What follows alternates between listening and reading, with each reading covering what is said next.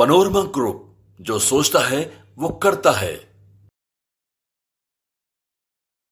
नरेंद्र मोदी के मंच से दूरी बनाना कहीं न कहीं चिराग पासवान और उपेंद्र कुशवाहा का इस बात की तरफ इशारा करता है कि अभी भी एनडीए के भीतर सब कुछ ठीक-ठाक नहीं है।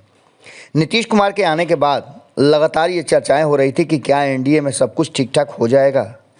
कल जब नरेंद्र मोदी बिहार आए हुए थे, दो जगह उनकी रैली थी, नीतीश कुमार मंच पर पहुंचे, पशुपति कुमार पहुंचे, जीतन राम मांझी की चर्चा हुई, लेकिन कहीं न कहीं दूर दूर तक चिराग पासवान और उपेंद्र कुशवाहा नज़र नहीं आए। हालांकि उपेंद्र कुशवाहा की तरफ से प्रेस नोट भी जारी किया गया था, जिसकी बात हमने बता दी।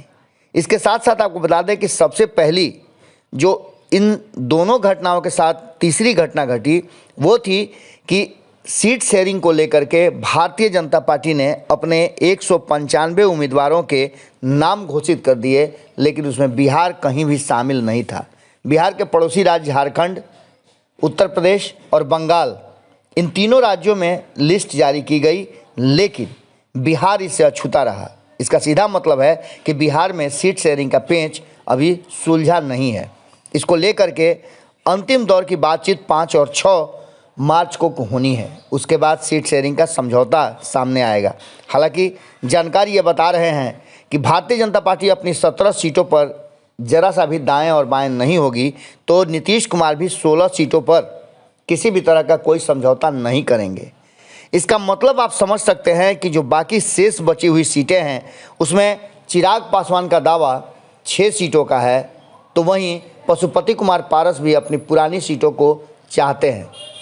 अब बात उपेंद्र कुशवाहा की करें तो उपेंद्र कुशवाहा को एक सीट पर संतोष करना पड़ेगा, ऐसा एनडीए में रह करके लगता है। लेकिन इन सारी बातों को अगर दरकिनार करते हुए आंकड़ों की बात करें तो कहीं ना कहीं महागठबंधन इसमें ज़्यादा कहा जा रहा है कि सीटों को लेकर के मारामारी वाला गठबंधन नहीं रह गया है। लालू प्रसाद के हाथ में नीतीश कुमार वाली सभी 17 सीटें अभी भी खाली हैं और उसमें एडजस्टमेंट करने का हर वो प्लान रचा जा रहा है। आज जब रैली ख़त्म होगी, जन विश्वास रैली, उसके बाद लालू प्रसाद, तेजस्वी यादव और INDIA गठबंधन के घटक दल बैठ करके अपनी बात करेंगे। आज के मंच पर वाम दल के साथ साथ कांग्रेस के सभी वरिष्ठ नेता मौजूद रहेंगे और इसके साथ साथ आपको बता दें कि एक बड़ा घोषणा भी किया जाएगा जो नीतीश कुमार के बाहर होने के बाद है। पहले सहयोगी दलों से सीटों की बातचीत करेगी भारतीय जनता पार्टी बिहार के लिए, उसके बाद उम्मीदवारों की घोषणा करेगी। बिहार में भाजपा के 17 सांसद हैं और इतनी ही सीटों पर उसकी तैयारी भी चल रही है। चुनाव कमेटी जो बिहार की है उसने प्रत्याशियों के नाम अपने तरफ से दे दिए हैं, लेकिन सहयोगी दलों से अभी बातचीत फाइनल नहीं हो पाई है। आपको बता दें कि इन सभी बातों को लेकर के भाजपा जदयू के अलावा लोक जनशक्ति पार्टी के दोनों गुट, उपेंद्र कुशवाहा और राष्ट्रीय लोक मोर्चा और मांझी की हम पार्टी इस गठबंधन का हिस्सा है। मुकेश सहनी का भी इंतजार हो रहा है, लेकिन यहाँ सीटों की जिस तरह से मारामारी है उसको लेकर के पूरा का पूरा पेंच फंसा हुआ है। चिराग पासवान को अपनी पिछली जो 2014 और 2019 में चुनाव लड़े थे वो सभी 6 सीटें उनको चाहिए। इसके साथ साथ उपेंद्र कुशवाहा को काराकट, सुपौल और सीतामढ़ी हर हाल में चाहिए। ऐसी स्थिति में ये सभी सीटें नीतीश कुमार के खेमे में है। जिसको नीतीश कुमार ने जीता है तो वहीं हिंदुस्तानी अवाम पार्टी को भी एक सीट जो गया की है वो तो चाहिए ही चाहिए। ऐसी स्थिति में आप समझ सकते हैं कि कितना पेंच उलझा हुआ है हाजीपुर को लेकर के दोनों ही खेमे में, चाहे वो पशुपति कुमार पारस हों या फिर चिराग पासवान, दोनों के बीच में टकराव जारी है। इस बीच भारतीय जनता पार्टी के लिए बड़ी मुश्किल होती जा रही है और भारतीय जनता पार्टी आखिर करेगी क्या।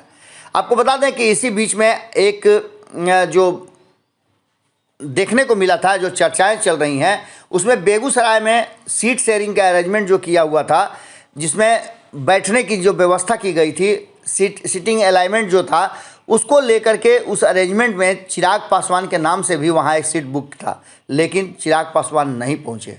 आपको बता दें कि चिराग पासवान के नहीं पहुँचने के बाद से ये चर्चाएँ और तेज़ हो गई हैं। तो वहीं दूसरी तरफ प्रेस नोट जारी करने के बाद उपेंद्र कुशवाहा भी इस रैली में नहीं पहुंचे हैं। अब ये कहा जा रहा है कि ये पूरी की पूरी घटना एक तरफ, और जिस तरह से चिराग पासवान और उपेंद्र कुशवाहा के बीच एनडीए में बातचीत नहीं बनी है, और भारतीय जनता पार्टी का भी इस पर विशेष फोकस लगता है कि नहीं है, क्योंकि इनके जाने और नहीं जाने का जो मामला है उस पर अभी तक कोई बयान नहीं आया है। तो दूसरी तरफ चर्चाएं तेज हो गई है कि लालू नीतीश वाली 12 सीटें जो है वो हर हाल में इन लोगों को देने के लिए तैयार है। पूरी प्लानिंग बन गई है, और ये तोहफा अगर मिला तो नीतीश कुमार के सामने मजबूती के साथ चुनाव लड़ सकते हैं ये सभी घटक दल के साथी जो अभी एनडीए में हैं।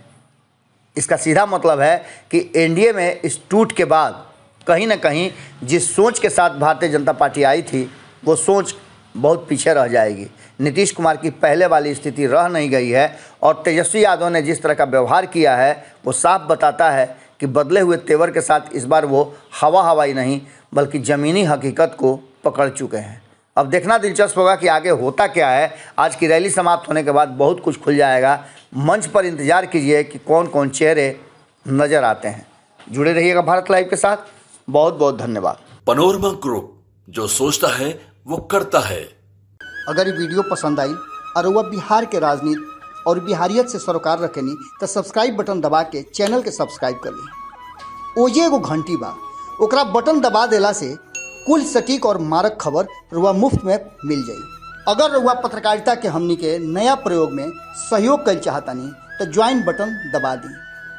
पेटीएम नंबर नोट कर ली 9386816700। धन्यवाद।